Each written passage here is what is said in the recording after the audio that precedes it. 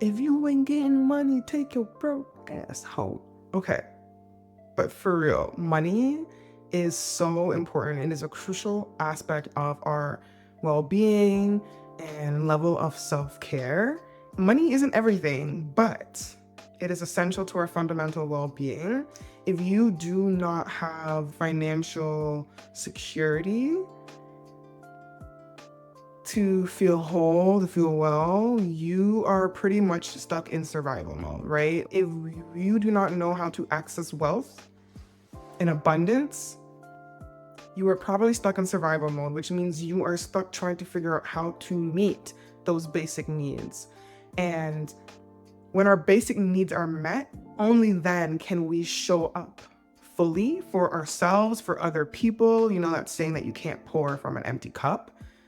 The same thing applies when it comes to your money. You can't be of support and help others and make the world a better place financially if you cannot financially take care of yourself. You cannot have a family and properly take care of your family if you are not financially resourced yourself, right? So in order for us to be fully resourced, we need to meet our basic needs, surpass those basic needs so that we can fully show up for ourselves and for others. And really just go after the pursuits and passions that we want to in our life, right? And we will feel extremely limited and feel like we cannot go after those things if we do not have just the bare necessities, right? We can't think about advocating and coming together collectively to fight for certain causes if people are too busy trying to figure out where their next meal is coming from. In order to feel well in all the other areas of our life, we have to feel economically whole and comfortable as an individual and as a society. So today I wanted to dive into the importance of building wealth, and not just for ourselves, but the benefits of building wealth for everyone and making sure that everyone is taken care for, because I feel like we are not having as much discussions in the finance space, and there has been much more focus over the past few decades on individual wealth, right? That pursuit of wealth and happiness for just yourself, not realizing we are leaving other people behind. The more inequity we see in society, the more of a polarizing gap between the haves and the have-nots, the more room we leave for corruption and hostility, violence and war and political unrest. And the divide that we are seeing today is a direct result of the lack of focus on collective wealth and well-being. So I want to talk about why it's important to still focus on our own financial well-being, but also caring for others and making sure that other people have opportunities to increase their capacities for financial well-being. Okay, let's start with individual wealth and why aspiring to individual wealth and abundance is so important. As a wealth coach, I have been doing this work for the past few years with the clients that I work with. One of the benefits to working on individual wealth is personal freedom, right? The financial security that comes with having your basic needs met so that you can now focus on more. You are shifting from scarcity to abundance. When you're in a place of abundance, there's so much more available to you, so much more options available to you, right? You could choose better access to healthcare, educational institutions, better access to food. So you're not just getting the basics. You can choose the quality of the experiences and items you spend money on. The beauty in working towards individual wealth is like you are not limited as to how you want to live your life, and the lifestyle that feels good to you, you can call that in with more ease. For example, for me, one area, I call them sweet tooths. So they're an area of your lives that you really value. An area of my life that I really value, especially when it comes to how I spend my money, is my health. So I will put money towards that gym membership, shopping in the natural aisle. I will buy organic. I will spend extra because it's supposed to be healthier. That feels good to me. When I look at the way I spent my money, when I look at my receipts at the end of the year, when I'm filing my taxes, when I see that I spent money in those areas, I don't feel any guilt or shame. I will feel guilt or shame if I purchased a beauty product that I realized I don't really need, but it was cute or trending and I wanted to hop on it. I don't have as much guilt and shame when it comes to my spending anymore, because literally everything I spend money on, I'm like, this is the need. I think people confuse needs and wants. If I buy a bra this year, it's because I have one type of bra. I don't know where my other bra went. I usually have like 2-3 bras, and I went to Toronto for my birthday in January, came back to Calgary, and realized I have one bra. I've been thinking about it lately, like I should buy another bra, but then I'm also okay with one. I wash my clothes every few days, and sometimes I don't even wear bras if I'm home and I don't have to go to work. Even if I'm going for a walk, nobody can tell with my winter jacket on that I'm not wearing a bra. I don't really need to rush and get another bra. I have one bra and I'm okay with the one bra. You start to realize I embody minimalism already.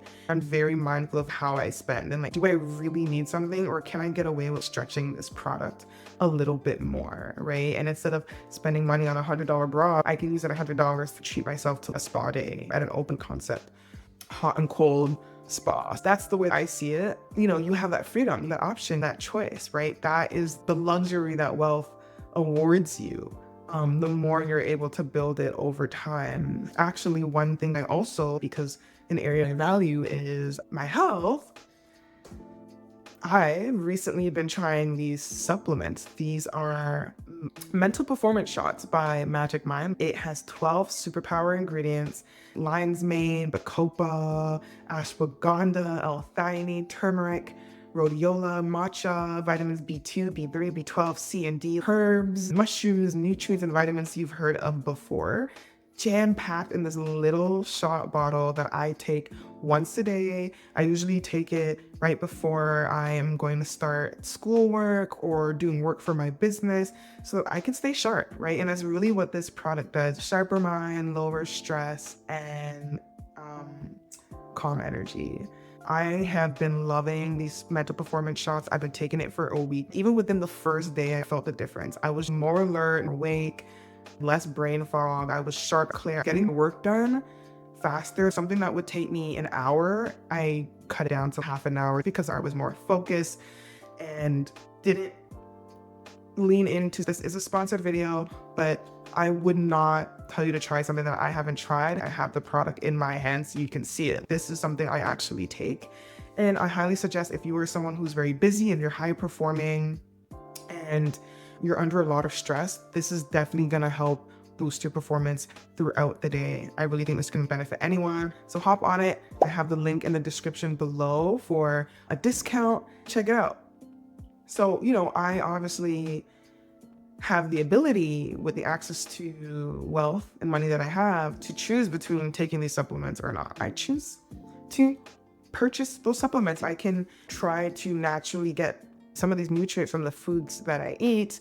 If I could pay more to get it packed in one bottle that I can take once a day, and it might be more cost effective than trying to source all those ingredients individually, then why not? Some people don't have the advantages and privileges that I have to afford this supplement. Do I purchase the supplement or buy an apple or something more filling? It's not really a supplement, but just basic nutrition.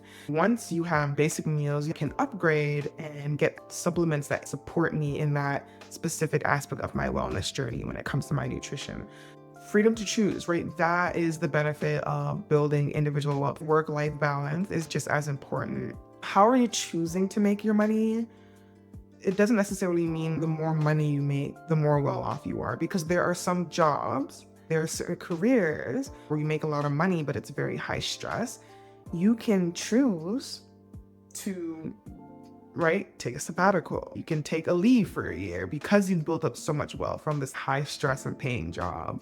I feel like people that have access to more wealth can buy themselves back more time. They can take more gaps in their career because they have the amount of wealth and resources. Even if you aren't making lots of money, there are benefits, because you might be in a job where you're not making lots of money, but the job is very low stress.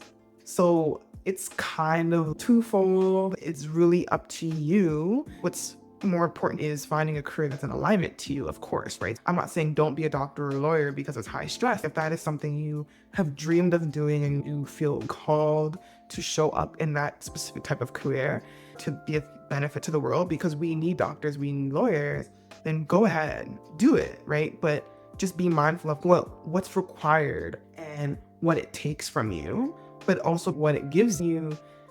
Take more from what it gives you to put back into what it's taking from you. That's where the real work comes in, that work-life balance. Nobody can do that for you. You have to determine how you can do that for yourself.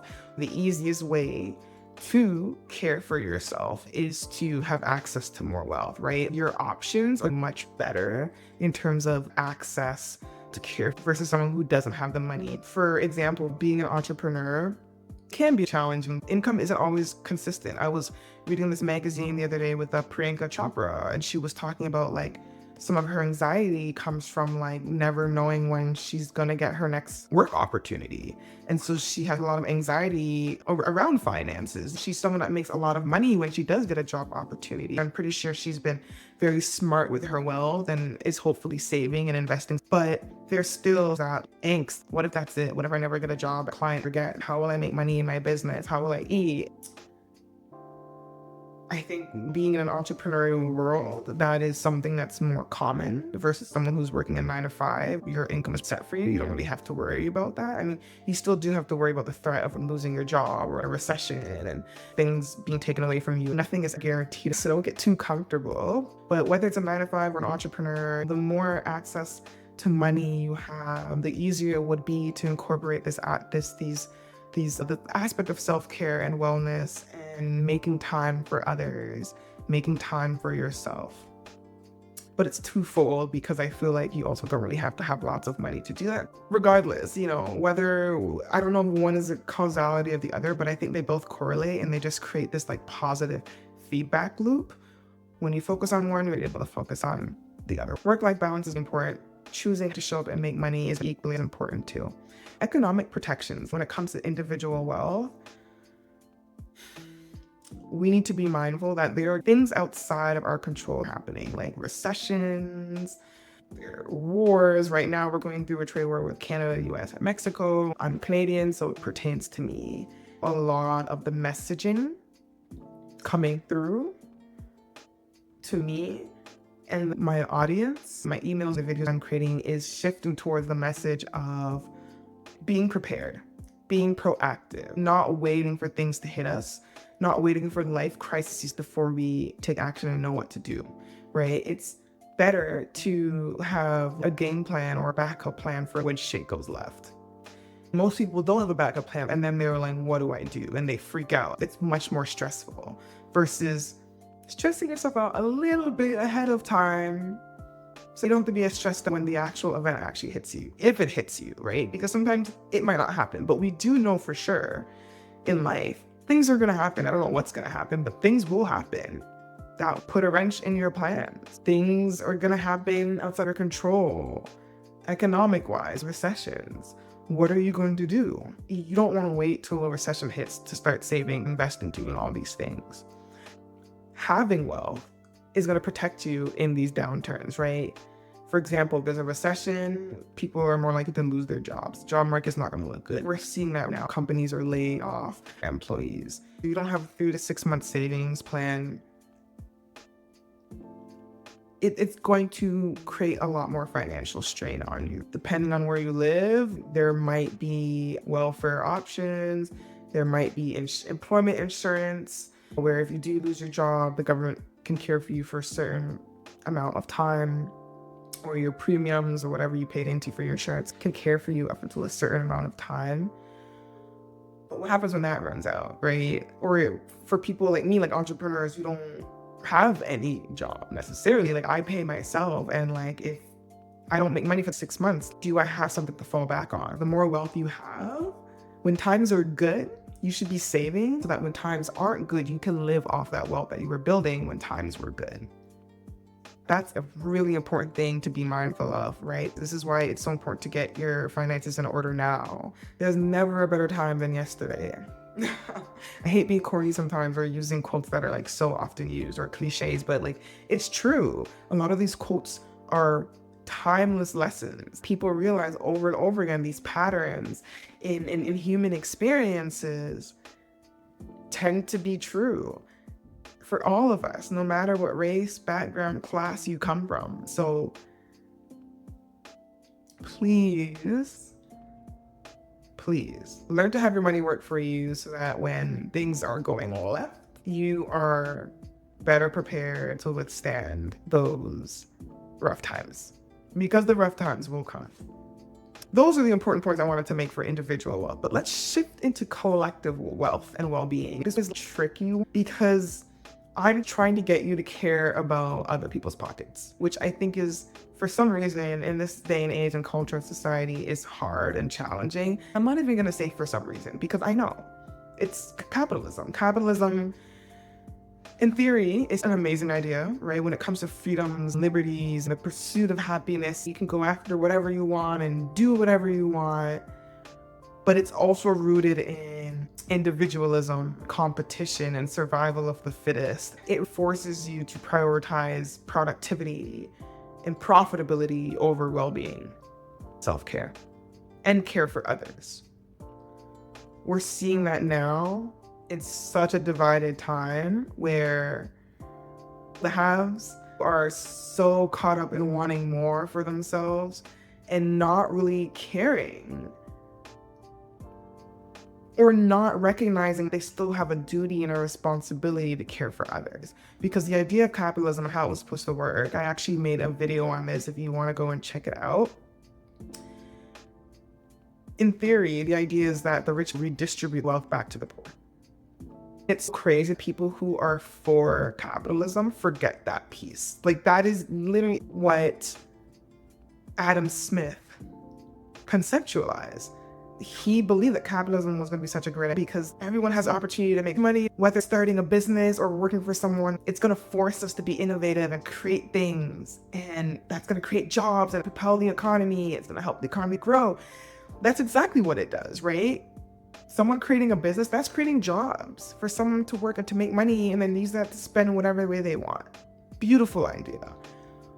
But we forget that the rich are also supposed to help redistribute that wealth through governments that aren't corrupt. There's the other side of that, where there's governments that are corrupt and working with these wealthy individuals to suit wealthy people's agendas and not everyday people's agendas.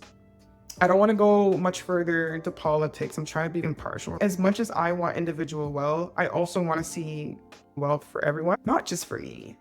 Just like how I want to find a loving, happy partner. I want everyone to find a loving, happy partner.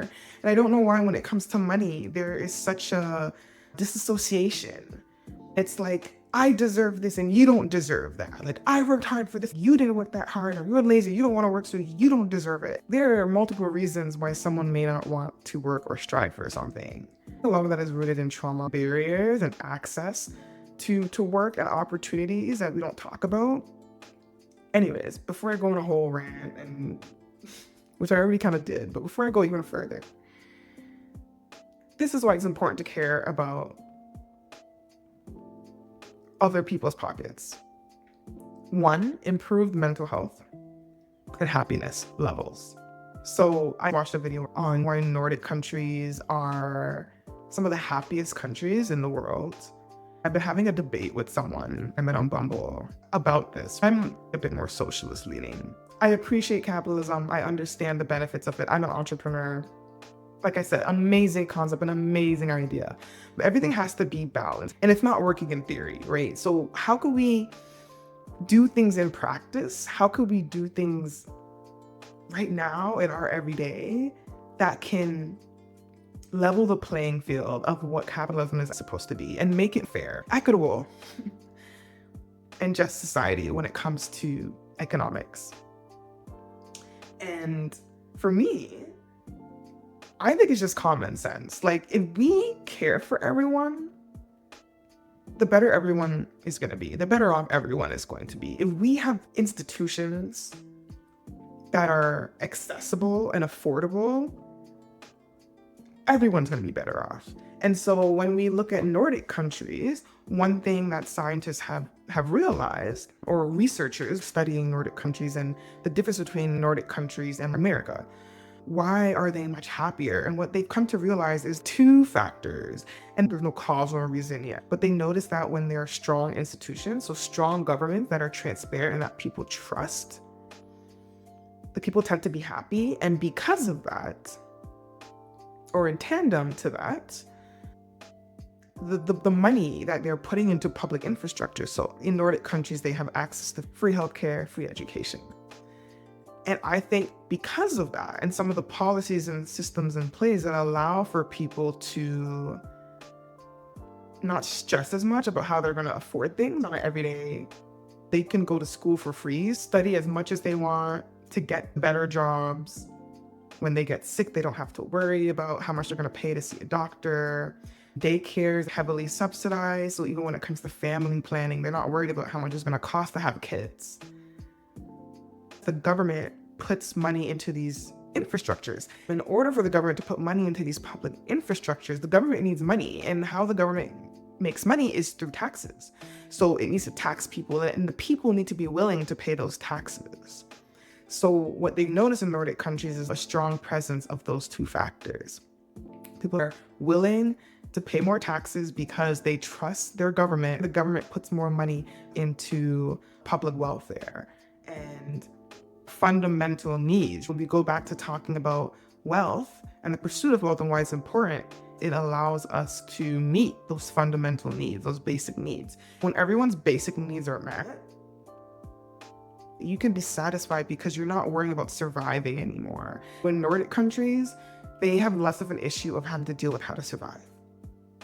Even if you're poor, you're not poor in the way that people are poor in America, where they don't trust their government and there's no social cohesion and trust amongst each other, right? One thing that he mentioned was, and not even just with this video, I've heard this time and time again through just like on the news or just talking to people from Nordic countries, like this idea that you could even just like leave there are children just walking on the street on their own in Nordic countries. You can leave a valuable item in a public space for a few minutes and come back and it's still there. You're not worried about someone stealing. This goes into my next point, political instability and corruption.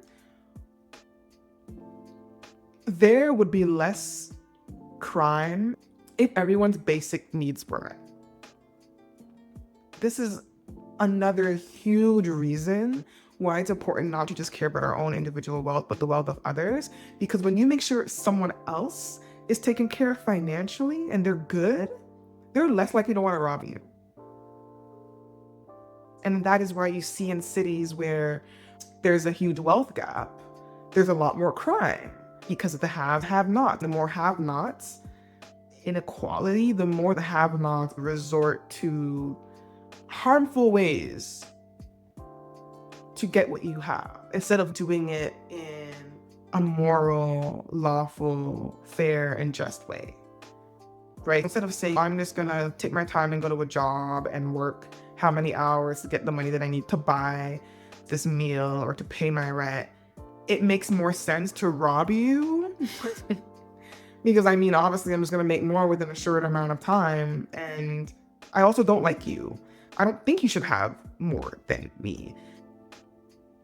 If you eliminate that, if you take away that feeling that someone feels like they need to go to really low extents to have what you have, if you take that away, and if you make it easy for everyone to have just the bare minimum, there's still going to be crime.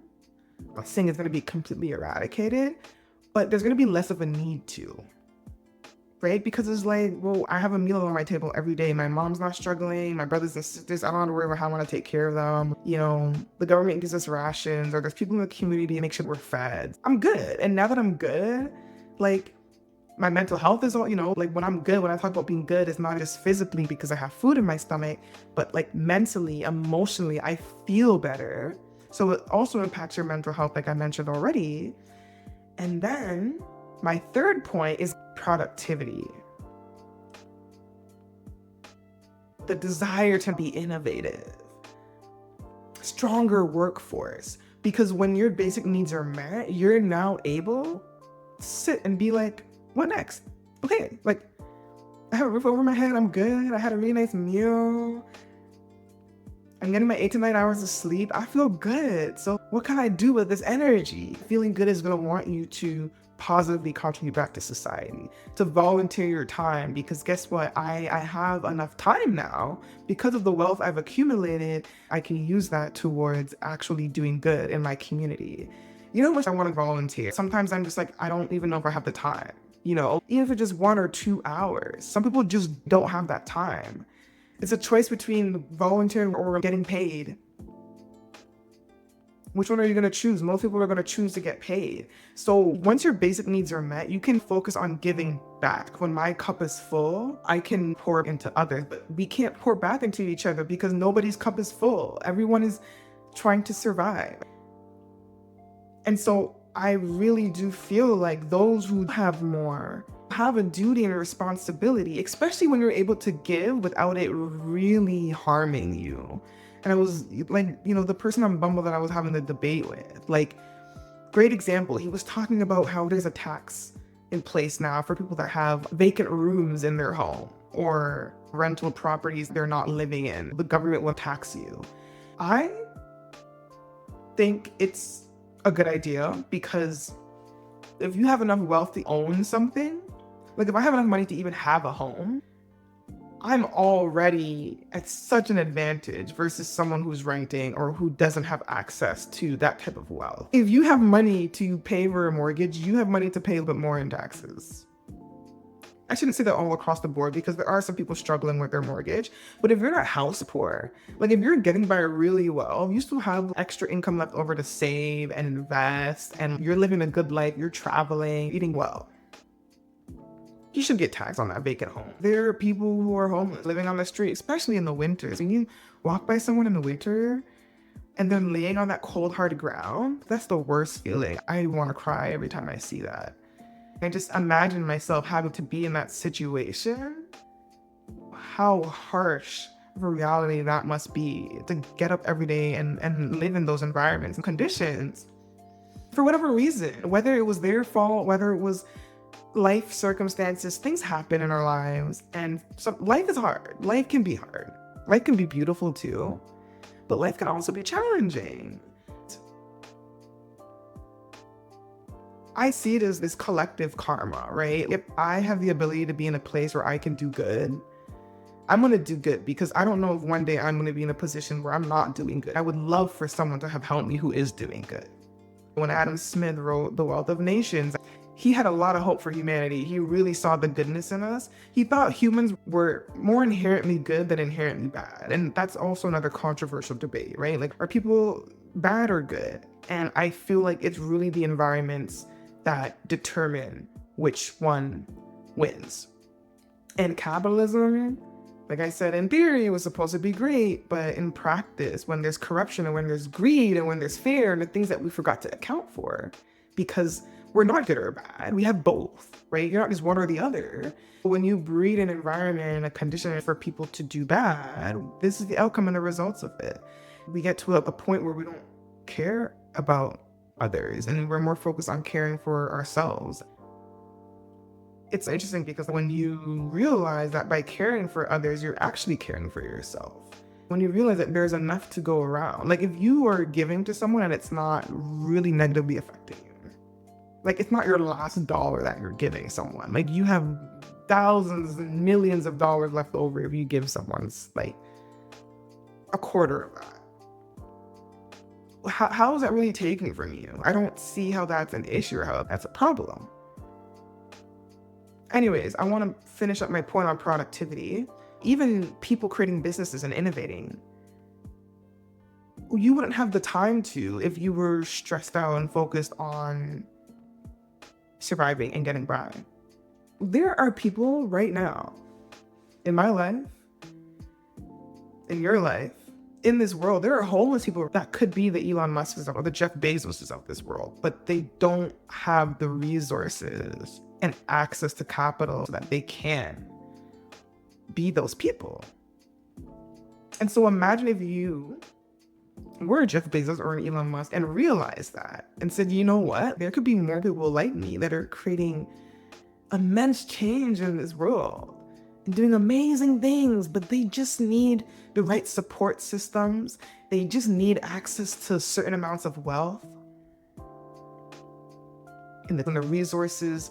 Why not give that to them? Because me giving that to them isn't taking that much away from me. I just don't get why it's so hard and why it's such an issue. If people can spend time being more creative and innovating, this is why philosophy started in the time it did.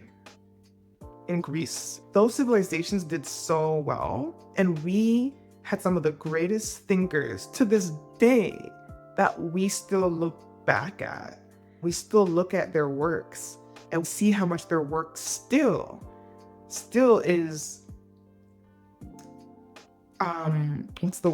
still is reflected in our current day and time, still has meaning, and is still applicable. These are wisdoms that are timeless,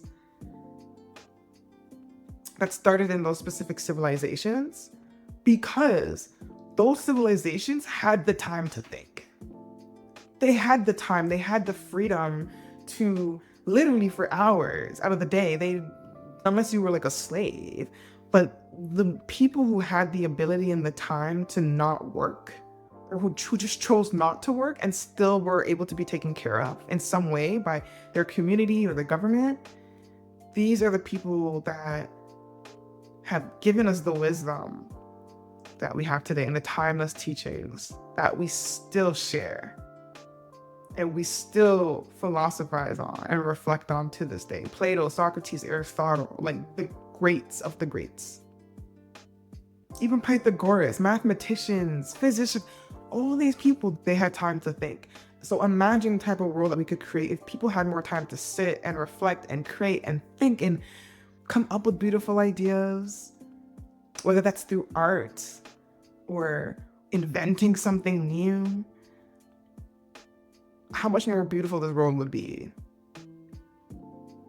But like I said, to have time requires wealth and access to wealth, not only for ourselves, but how can we think about that on a greater scale?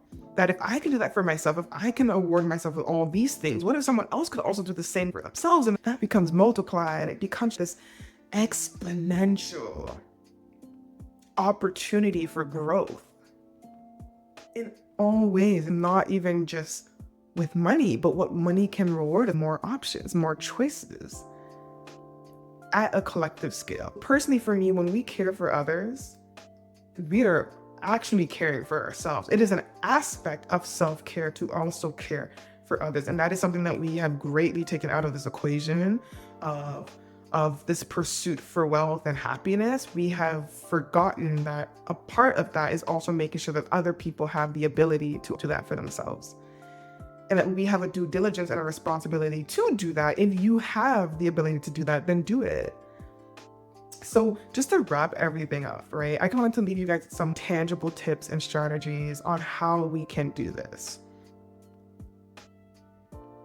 These are concepts and ideas that I talk about in all of my services and offerings. My main one that I am launching in the next few weeks is the group version of my WealthWell course. So the WealthWell series is a focus on blending wealth and wellness into our pursuit of success, whatever way that looks like to you. I created this 12-week self-paced course that breaks down areas of our life when it comes to wealth and wellness. We look at strictly the wellness aspect of mindset, setting goals, manifestation, what that looks like. And then we move into financial strategies and how-tos, how to save, how to invest, how to pay off debt. We get into like the practical.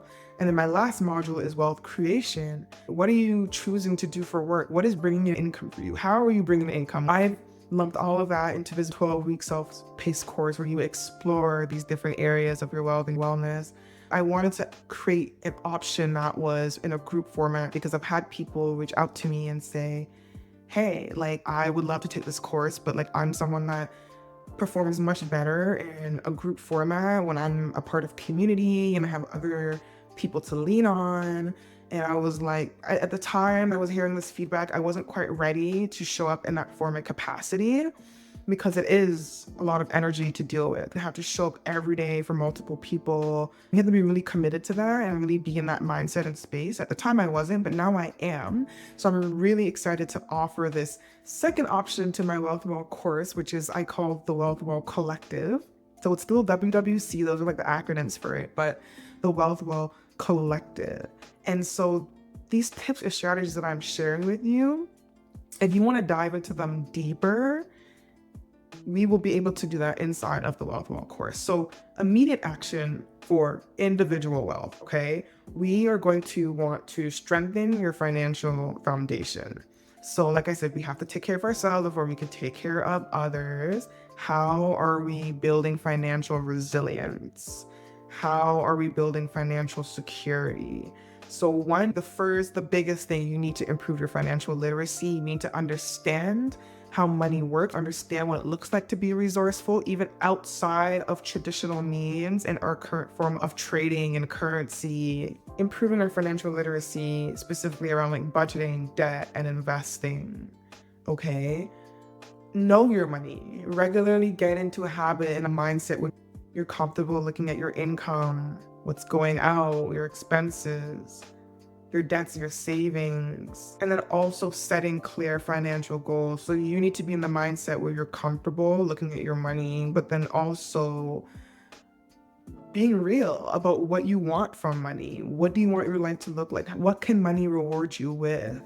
And what does that look like in the short term, in the midterm, in the long term?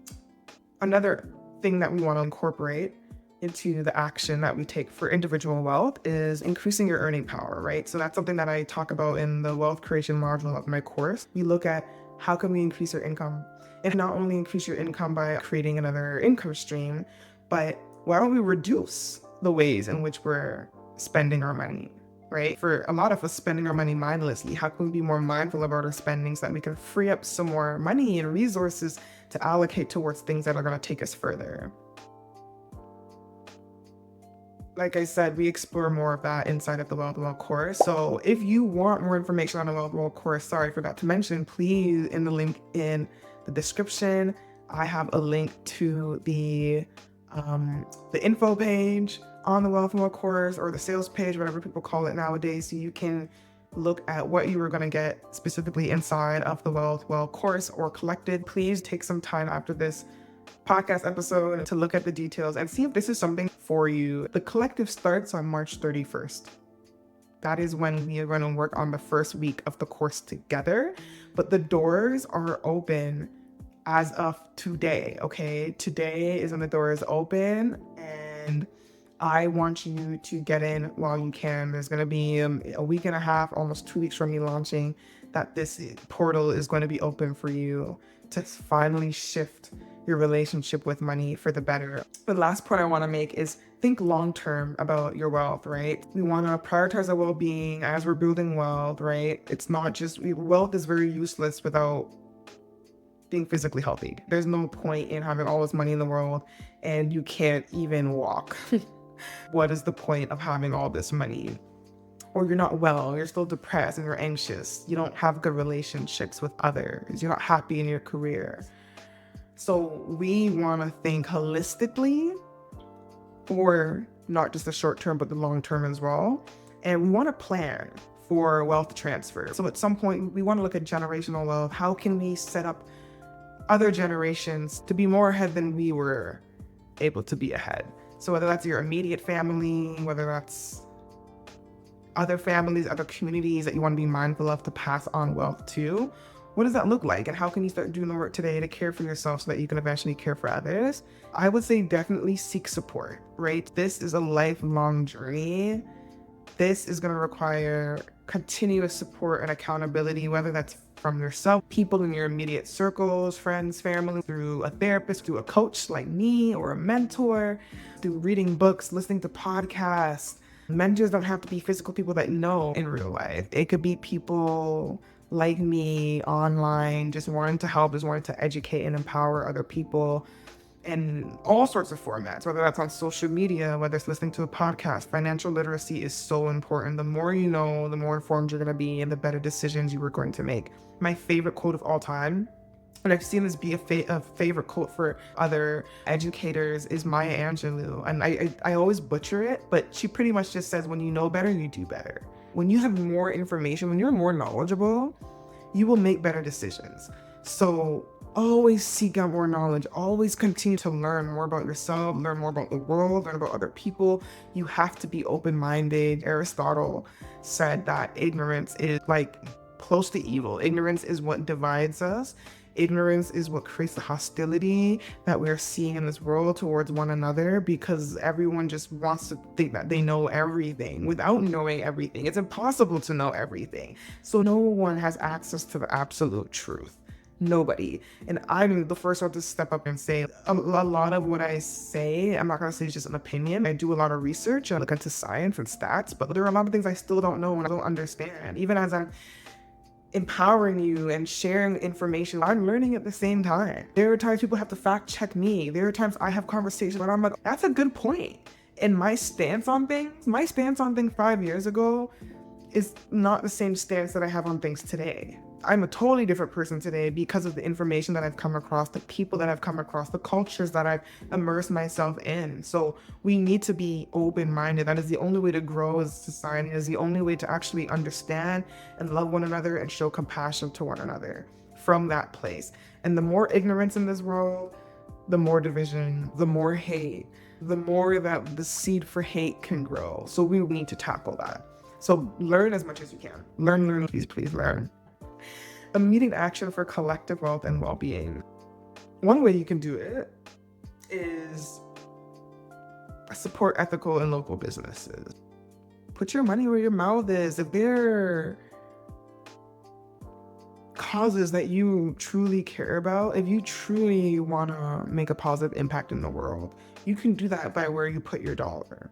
Shifting to supporting small businesses, local businesses and shops, cooperatives. Cooperatives are companies where the people that work for the company own shares in the company. It's less of a hierarchy. It's a more communal aspect to making decisions. It's not just like, I'm the CEO, I make a decision. It's like everybody that works for the company has, in co-ops and true cooperatives, CEOs can be kicked out by employees. If an employee does not like you, you can lose your rank. These are just things that we don't know about. At one point, I didn't know what a co-op was. It was through reading this book called After Capitalism, I learned that there were these corporations centered around collectivism and the employees having equal access and share to the profits and the saying what happens in a business. And I was like, wow, this is amazing, right? So go educate yourself on cooperatives, and maybe one day you can start a cooperative, right? And just looking even at ethical companies. There are so many companies that we're seeing nowadays that are supporting things that we are not in line with, right? Like DEI, for example. Like I have a friend who usually shops at Target, and with the recent political divide on DEI, she's choosing not to shop at Target. A lot of people are choosing not to shop at Target. I think they changed their stand and are saying that they are going to keep DEI, and people are like, my friends, like, people are like, too bad, I've already made a decision not to support you because you had the intention to remove DEI. Whether you changed your mind or not, that was your initial intention. We see how you are, because your pockets are going to be affected. Now you want to change. You know, and maybe eventually people will go back to supporting Target. I don't know. I don't live in the States. I don't really understand fully like that dynamic and the climate of that, but I probably wouldn't go back to supporting them. I can't say completely don't support Amazon. My mom bought like off of Amazon for me. So there are people who use Amazon to buy things for me. I bought this ring light that I used to record this video on Amazon, and that was just because I desperately needed this within a short amount of time. And like, there isn't much like tech stores around me, even though I'm downtown Calgary. Like, the lack of options sometimes downtown Calgary really shock me for a downtown city. And just, you know, I don't have a car and stuff, so to walk and find it. So it was just out of convenience, which is why a lot of people do use Amazon to get this ring light. But before this, I haven't purchased anything on Amazon for 2 years. Like, on God, I do not use Amazon. And it is because I don't agree with some of the ethics and how they treat their employees and just how rich Jeff Bezos is and doesn't want to pay taxes. I don't want to support that. I don't want my money to go towards him. Sadly, I know there are some companies that use Amazon, but you don't have to. You can go to that company directly on the website and buy off the website instead of through Amazon. So I don't need to put more of my money into Jeff Bezos' hands. He's doing well already financially. And not that I'm not, but I could be doing better. So I'm going to keep more of that wealth for me. We can boycott exploitative brands. People don't realize like how much power we have and how we spend. So definitely think about that when it comes to collective wealth and well-being and the causes that you want to support. I would say also practice community-based wealth building. This is something that's really big, and I think it's important for us to look at ways to share resources outside of thinking that we need to buy and sell. You still have to buy when you thrift, but even that idea itself, that marketplace of buy and use goods, so we're not continuously pumping out new products all the time. We're using things that are still good quality that could be passed down to someone else for less of a price, but even taking out money altogether. There are bartering apps and platforms. Another venture of mine that I'm really wanting to work on, it's an app called Barter, and it's pretty much just that, a way to share and trade resources. Physical resources, digital resources, skills. I explain more of it on the website. I'll drop the link below. You can learn more about what barter is going to be, what it's going to look like. I'm trying to pilot it right now with a Facebook group and community. But it's just that idea that like, if I have something of value, you have something of value, and we both want it, let's trade it. We can't do that because we don't have enough connections in our everyday life anymore. Even though the population is greater than what it was millennia ago, centuries ago, millions of years ago. There are more people on this planet than ever before. We don't know how to trade. It's so crazy. And so I want to make that process much easier for people to find people that have what you want at the exact time. If you want to support this venture, right now I'm trying to find a co-founder to help me with it, but also get the funding to build the app or the marketplace, at least the website, to take this global and help people find more creative ways of being resourceful. Check the link below. The app is called Barter. Very simple. I want a simple way for people to find this app. You could search Barter in, any store and see it. So it doesn't quite exist just yet, but if you want to support this cause, if you want to sign up for the wait list, so you can get more information on updates and news as this brand grows and gets bigger and the community grows, please support and do that down below. I want to encourage starting a mutual aid group. You can do this with your friends, right? I've thought about having just like, me and my friends have teased the idea of just like grabbing a bunch of clothes we don't want and having a mini clothing swap party. And just get together with your girls and everyone just shop through everyone's clothes. I hear stories of sisters going into their little sister's closet or the other way around and like seeing what, clothes can borrow from their sister. Why don't we do the same thing when it comes to our friends, our family members? Like, not even just clothes, books, items. There's so many ways that we can share within our immediate circles that we don't necessarily think about. We always think about buying. The first thing to do is go there and buy. How can we reuse as much as possible first? And I feel like if everyone applied that mindset, we would have a lot more wealth. We would be able to save a lot more because we're learning how to be resourceful with what we already have instead of wasting things and increasing the amount of waste that goes into this world by producing new things all the time.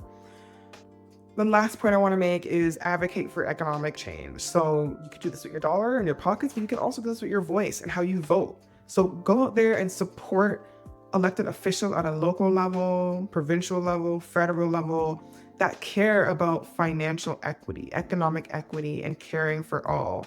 This is why I lean to be more socialist than conservative or right-wing. When it comes to economics, I lean more socialist because I believe in the well-being and care of everybody. I think when you care for others, it comes back to you. If it's done the right way, with full transparency and very little corruption, it can work really well. We have examples of this. The fact that it exists shows you that it's possible. The fact that there are Nordic countries already doing this shows that other countries and nations can learn by example. We can learn by example. It's not impossible, but there are deep systemic changes that need to happen on multiple levels, at an individual level to a collective level, for it to happen.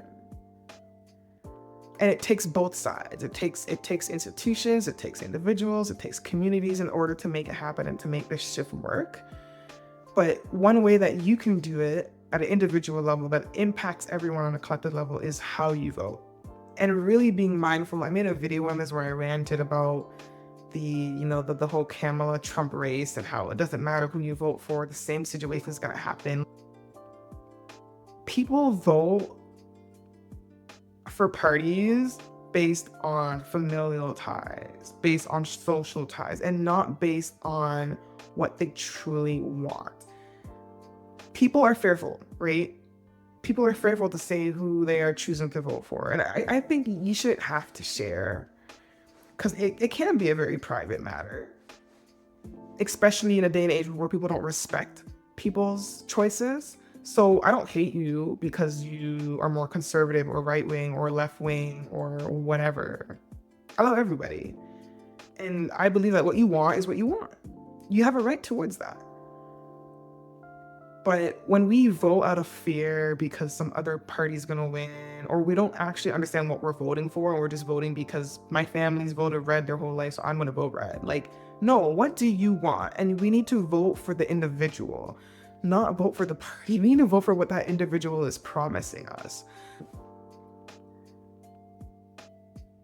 Take the time to care about politics, communal activism. I know sometimes people hear the word politics and they're like, ugh.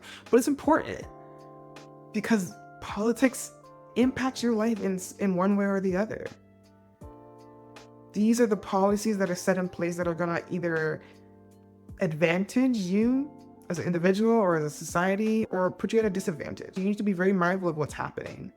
If you don't, very easily, your rights could be taken away. This is why civilizations turn towards anarchy, oligarchies, or tyranny. Like, it happens because people lose trust, people don't advocate, they don't realize the power that they have, and so therefore someone else takes that power and decides for them.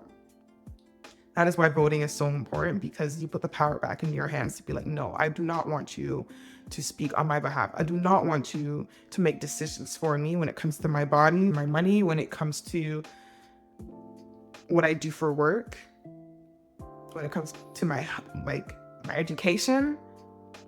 You have the power. Also, yes, I understand the election process is corrupted, so we don't actually have as much power as we should. And that's another issue, but it's also based on who you vote for. Hopefully, there are genuine politicians out there that actually do care. If we can find those people and all agree on those people, I think we could see really good change. These Nordic countries never used to be as happy as they are now. These Nordic countries used to have some of the highest suicide rates. What changed, right? I believe in the power for change. I believe that things can shift. It is possible, but we have to realize how much power we have in order to create those shifts and that change. And to stop thinking that we are powerless and we're helpless and we're just waiting for some God to come and save us. We're waiting for Trump to come and save us. We're waiting for someone to come and save us. We need to save ourselves. There's no one person that's going to save us. We need to save ourselves. So even if you don't have the money to help others, what are other ways that you can add to the collective wealth and well-being of others through your voice, through how you vote, through education, right? Empowering others, even me right now, like that is the work that I'm putting out into the world. I may not have the time to volunteer at a animal shelter or a food bank, which I have in the past, but I have the time to create these videos to educate you on how you can be better with your money, how you can be more open-minded and wanting to care for others, so that in the end it actually comes back to us and we become more abundant in actually doing so, even if we're told that we're not. this is my way of giving back, right? So what is your way of giving back and through these means? How can you do that with your voice? How can you do that with your money? How can you do that with love, with intention, with care? It's possible. So with all that being said, this is why I think it's important for you to build wealth at an individual level, at a collective level. I feel like some of these were just maybe common sense, but some not as common. We're obviously not doing it, right? We're not applying it into our actual lives. These strategies, we're not taking these steps, we're not taking action. And so I hope getting you to understand why it's so important, and then giving you these tools, these tips, these strategies on how to get started will create a change in some way or form. Even if it just starts with you, okay, because that's where it does start. It does start with you. When it starts with you, when you're able to do the work of your own cup financially, that is when you're gonna be able to do it for, be able to give back and help in so many ways. So I thank you for being here today and listening to this video. If you're watching it, I am so grateful for your love and support, and we're in this together.